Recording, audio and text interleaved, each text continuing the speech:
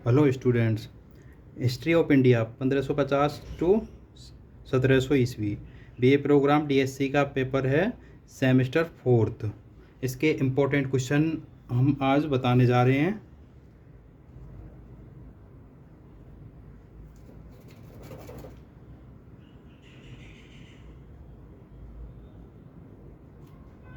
महत्वपूर्ण प्रश्न। ठीक है स्टूडेंट, तो स्टार्ट करते हैं। फर्स्ट क्वेश्चन है आपका, अकबर या फिर औरंगजेब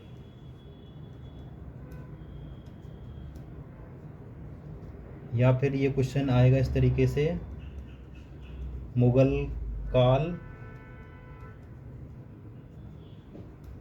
में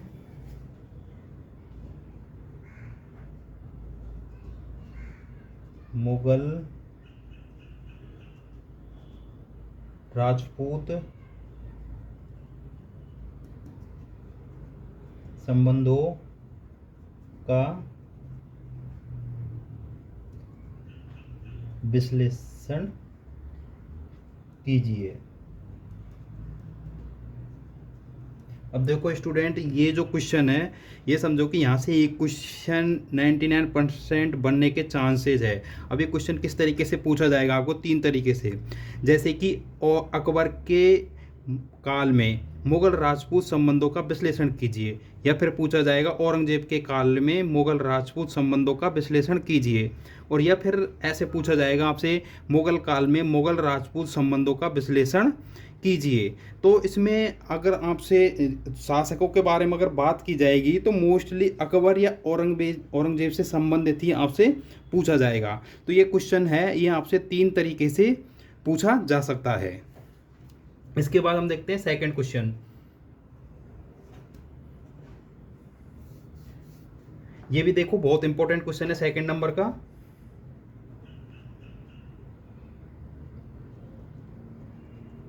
मनसबदारी और जागीरदारी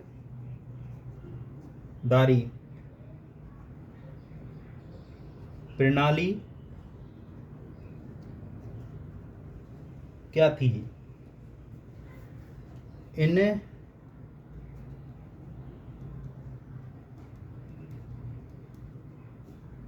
प्रणालियों की मुख्य विशेषताओं की व्याख्या कीजिए। अब देखो, ये जो सेकंड नंबर का हमारा क्वेश्चन है, ये क्वेश्चन भी दो तरीके से पूछा जा सकता है। या तो डायरेक्ट इस तरीके से पूछा जाएगा, मनसबदारी और जागीरदारी प्रणाली क्या थी। ठीक है, अगर ये दूसरे तरीके से कैसे पूछा जाए कि मनसबदारी प्रणाली क्या थी, इस प्रणाली की मुख्य विशेषताओं की व्याख्या कीजिए, यानी दोनों को अलग अलग करके भी पूछा जा सकता है, दोनों प्रणालियों को एक साथ भी पूछा जा सकता है। और दूसरा पॉइंट एक यहाँ से ये बनता है कि जो मनसबदारी प्रणाली और जागीरदारी प्रणाली है, इन दोनों पे आपसे शॉर्ट्स नोट लिखवा सकता है। जैसे आपका 10th नंबर का जो क्वेश्चन आएगा, उस क्वेश्चन में आपको दिया जाएगा कि कुछ मतलब कि संक्षिप्त टिप्पणियां लिखिए, किसी चार आपको ऑप्शन दिए होंगे, उनमें से किसी दो पर आपको शॉर्ट्स नोट्स लिखने होंगे। तो वहाँ पे भी ये दोनों जो प्रणाली है, दोनों ये पॉइंट है मनसबदारी और जागीरदारी, यहाँ पे बहुत इंपॉर्टेंट हो जाते हैं। या तो इनसे डायरेक्टली ही क्वेश्चन आपसे इस तरीके से पूछा जाएगा, या फिर इन दोनों टॉपिकों में से किसी एक पर आपसे शॉर्ट्स नोट्स लिखवाएगा। ठीक है स्टूडेंट, इसके बाद आगे देखते हैं हम थर्ड क्वेश्चन पर। हमारा थर्ड क्वेश्चन है,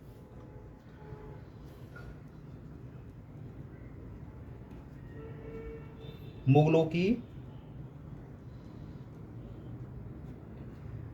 शासन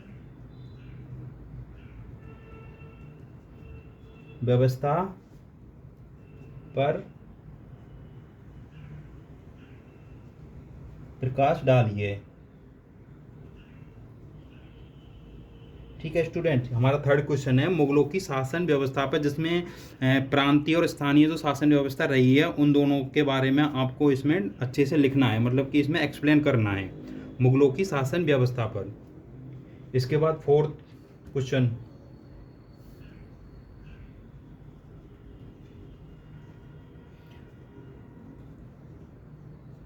औरंगजेब की दक्षिण नीति का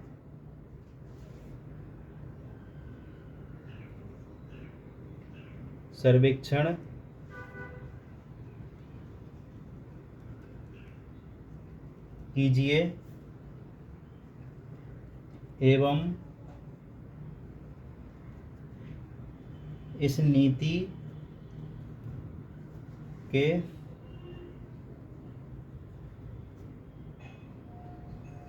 मुगल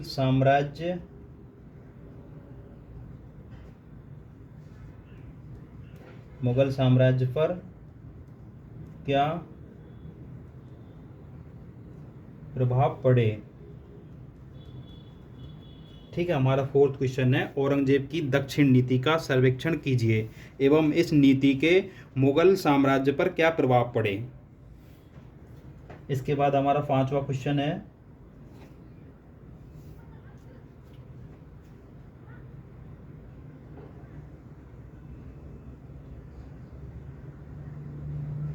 चक्कीनामा व चरका नाम पर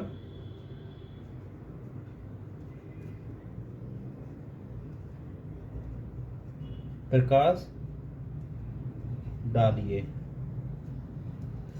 अब स्टूडेंट देखो, ये पांचवा हमारा जो क्वेश्चन है फिफ्थ नंबर का, चक्की नाम व चरखा नाम पर प्रकाश डालिए। अब ये क्वेश्चन या तो आपसे डायरेक्टली इस तरीके से पूछा जा सकता है, और या फिर आपसे पूछा जाएगा जो शॉर्ट्स नोट्स में आपको दिया जाएगा कि चक्की नाम क्या है, इस पर शॉर्ट्स नोट लिखिए, या फिर चरखा नाम पे शॉर्ट्स नोट्स लिखिए। तो यहाँ ये दो तरीके से ये क्वेश्चन आपसे पूछा जा सकता है फिफ्थ नंबर का। इसके बाद हम देखते हैं सिक्स नंबर का क्वेश्चन, सूफी मत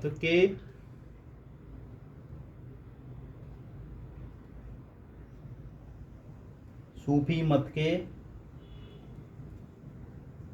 भारत में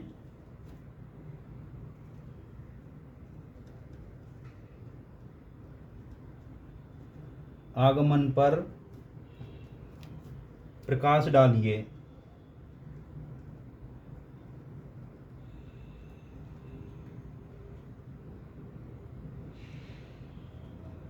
एवं भारत में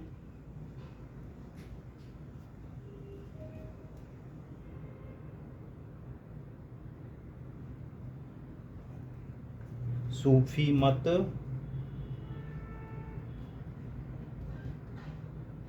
के विकास को दर्शाइए।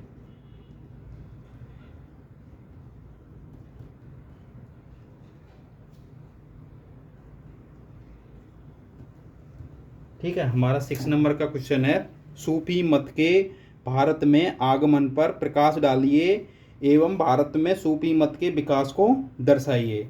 ये था हमारा सिक्स नंबर का क्वेश्चन। अब आगे देखते हैं हम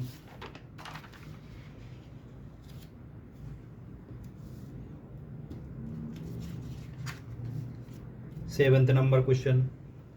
देखो स्टूडेंट, ये सेवेंथ नंबर क्वेश्चन है, ये भी बहुत इंपॉर्टेंट क्वेश्चन है। और यहाँ से क्वेश्चन आने के मतलब कि चांसेस, यहाँ से क्वेश्चन बनेगा ही, आपको इससे रिलेटेड क्वेश्चन मतलब देखने को मिलेगा ही कि भू राजस्व क्या है। सातवां क्वेश्चन है हमारा,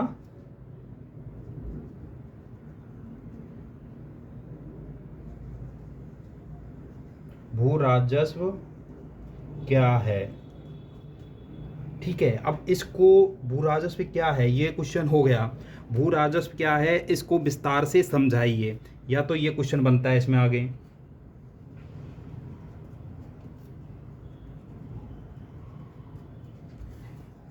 विस्तार से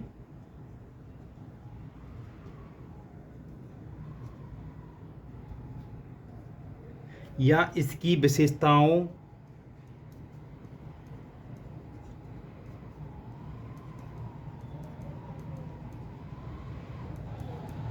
विशेषताओं का वर्णन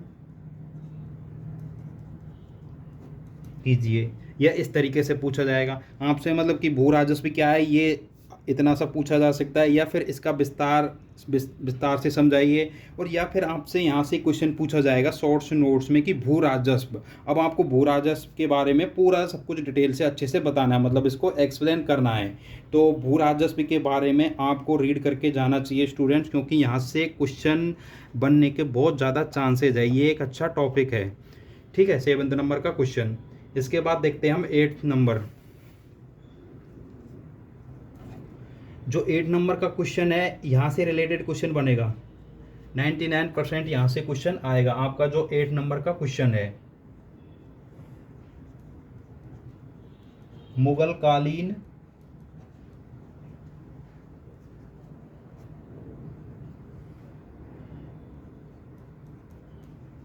भारत के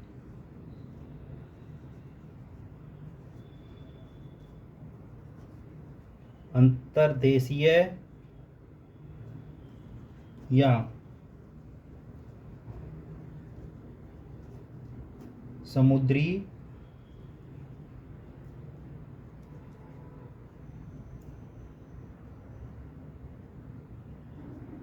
व्यापार पर प्रकाश डालिए। ठीक है स्टूडेंट, देखो ये 8 नंबर का जो क्वेश्चन है, ये भी बहुत ज़्यादा इंपॉर्टेंट क्वेश्चन है, क्योंकि यहाँ से आपको क्वेश्चन देखने को मिलेगा। या तो आपसे पूछेगा मुगलकालीन भारत के अंतर्देशीय व्यापार पर प्रकाश डालिए, या समुद्री व्यापार पर, भारत के समुद्री व्यापार पर प्रकाश डालिए। मतलब इससे रिलेटेड आपसे एक क्वेश्चन पूछा ही जाएगा। ठीक है, इस क्वेश्चन को भी आप, अगर आपको सिंपल लगता है, आप इसकी लैंग्वेज अगर इसको अच्छे से कर सकते हो, तो इसे ज़रूर रीड करके जाना। यहाँ से क्वेश्चन बनने के चांस बहुत ज़्यादा है। ठीक है, इसके बाद देखते हैं हम नेक्स्ट क्वेश्चन की तरफ। नेक्स्ट क्वेश्चन है हमारा 9th नंबर का।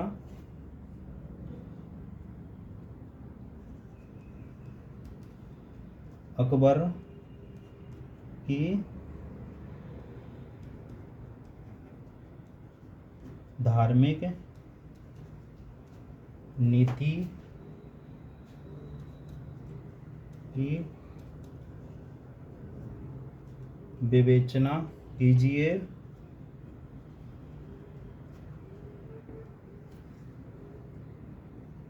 या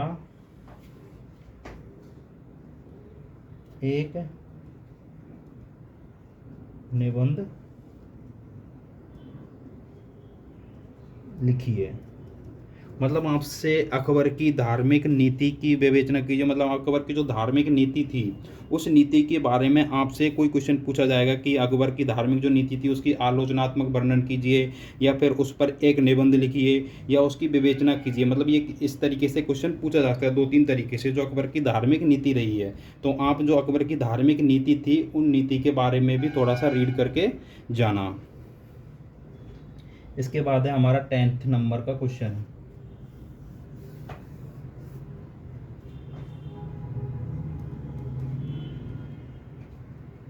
शिवाजी के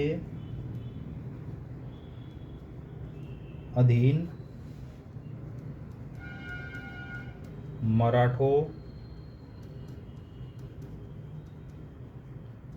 विकास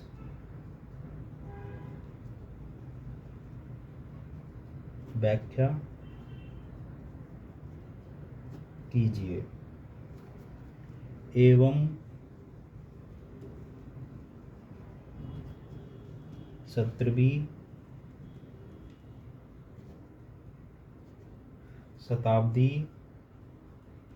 में मुगल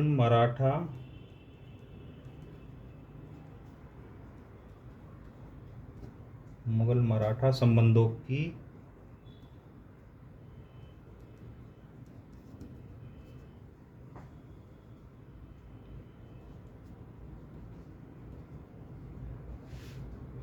विवेचना कीजिए। ठीक है, जो 10th नंबर का क्वेश्चन है ये आएगा, मुगल और मराठा के जो रिलेशन थे उनके बारे में आपसे यहाँ से क्वेश्चन पूछा जाएगा।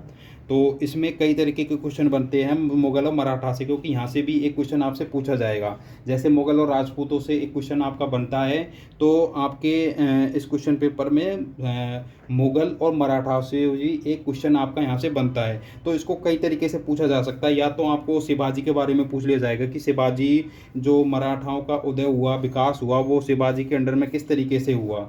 ठीक है, इसको एक्सप्लेन करिए। या फिर आपसे पूछा जा सकता है कि 17वीं शताब्दी में मुगल मराठा संबंधों की विवेचना कीजिए। तो ये कई तरीके से क्वेश्चन बनता है। तो जो मुगल और मराठा थे, मुगल मराठाओं के संबंधों के बारे में हमें इस क्वेश्चन में दिखाना पड़ेगा या लिखना पड़ेगा। उन जो व्याख्या पूछ सकता है कि पूरी तरीके से। तो यहाँ से ही क्वेश्चन बनता है। अब हमारा जो लास्ट क्वेश्चन है 11 क्वेश्चन। ठीक है, तो जो आपका 10th नंबर का क्वेश्चन देखेगा, मैंने 11 इंपॉर्टेंट क्वेश्चन बनाए, क्योंकि इसमें बहुत सारे टॉपिक है जो इम्पोर्टेंट है, जो क्वेश्चन एग्जाम में हमारे आने के लिए होते हैं। ठीक है, तो मैंने इनमें से सेलेक्ट किए हैं 10 क्वेश्चन। तो ये होगा, और आपका जो 11वां क्वेश्चन है जो आपको पेपर में देखने को मिलेगा, किसी मतलब कि 4 आपके पास टॉपिक होंगे, ऑप्शन होंगे ABCD करके, और उन 4 में से किन्हीं 2 पर आपको शॉर्ट्स नोट लिखना होगा, यानी संक्षिप्त टिप्पणियाँ। ठीक है, तो हम 11वें क्वेश्चन की बात करते हैं अब।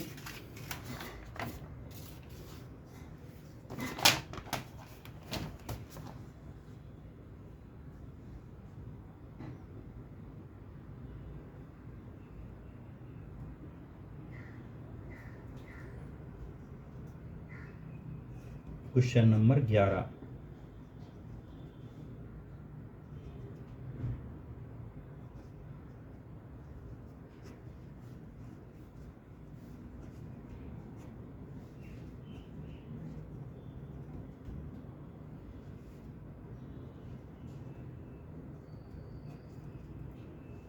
ठीक है, इसमें हमारा पहला है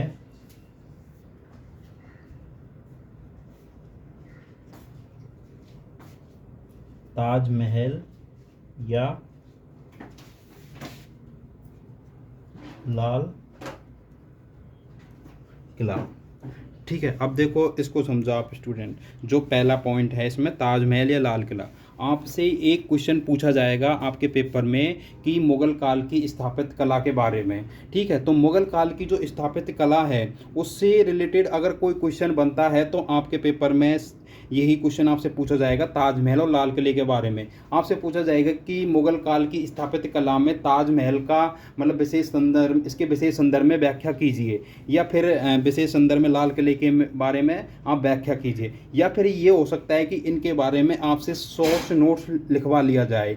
ठीक है, तो ये जो है ताजमहल और लाल किला यानी कि स्थापत्य कला का आपका 100% यहाँ से एक क्वेश्चन बनता है। मुगल काल की स्थापत्य कला है ये किस तरीके की रही है, इसमें आप लाल किले के संदर्भ में इसका विवेचना कीजिए या फिर इसकी व्याख्या कीजिए। या फिर लाल किला या फिर ताजमहल, दोनों में से किसी के बारे में आपसे व्याख्या करवा सकता है। तो इसलिए मैंने इस क्वेश्चन को, इस पॉइंट को जो है स्थापित कला को, आपको शॉर्ट्स नोट्स में रखा है कि ताजमहल और लाल किला या तो दोनों के बारे में पूछा जा सकता है या दोनों में से किसी एक के बारे में आपसे 100% आपके क्वेश्चन पेपर में पूछा जाएगा कि मुगल काल की स्थापित कला के बारे में। अगर आपसे यहाँ पे टिप्पणी लिखवाएगा शॉर्ट्स नोट्स में तो भी आपको ताजमहल के बारे में जब लिखोगे तो आपको मुगल काल की जो स्थापित कला रही है किस तरीके की रही है उसके बारे में आपको व्याख्या करनी होगी साथ में। तो इसलिए जो ये पॉइंट है ये भी बहुत इंपॉर्टेंट बन जाता है और यहाँ से भी क्वेश्चन आपको देखने को मिलेगा। 99% आपका यहाँ से क्वेश्चन आएगा मुगल काल की स्थापित कला से।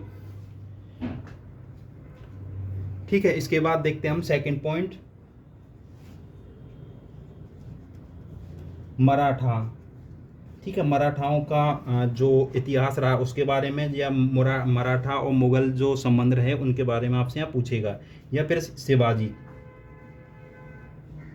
क्योंकि दोनों के बारे में पूछेगा तो किसी एक के बारे में तो आपको दोनों के बारे में ही बताना होगा। अगर मराठाओं के बारे में पूछ ले तो भी आपको शिवाजी का रिलेशन बताना होगा मुगलों के साथ में। अगर शिवाजी पूछ लिया तो भी मराठा उसमें जिक्र होता है। तो या तो मराठा करके शिवाजी करके इस तरीके से पूछ सकता है। थर्ड पॉइंट है हमारा गैर कृषि उत्पादन।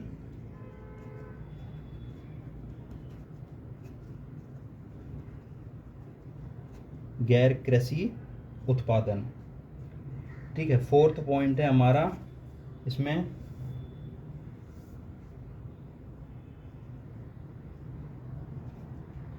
जब्ती प्रणाली। फिफ्थ पॉइंट है इसके अंदर मुगल चित्रकला।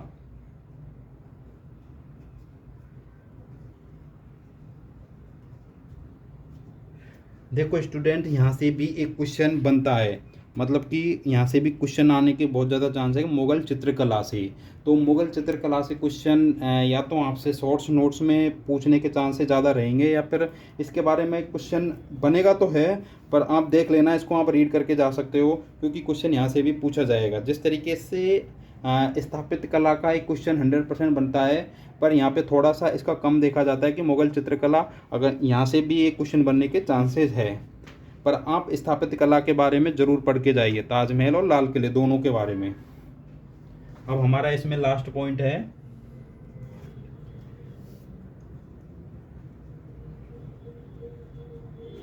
पानीपत या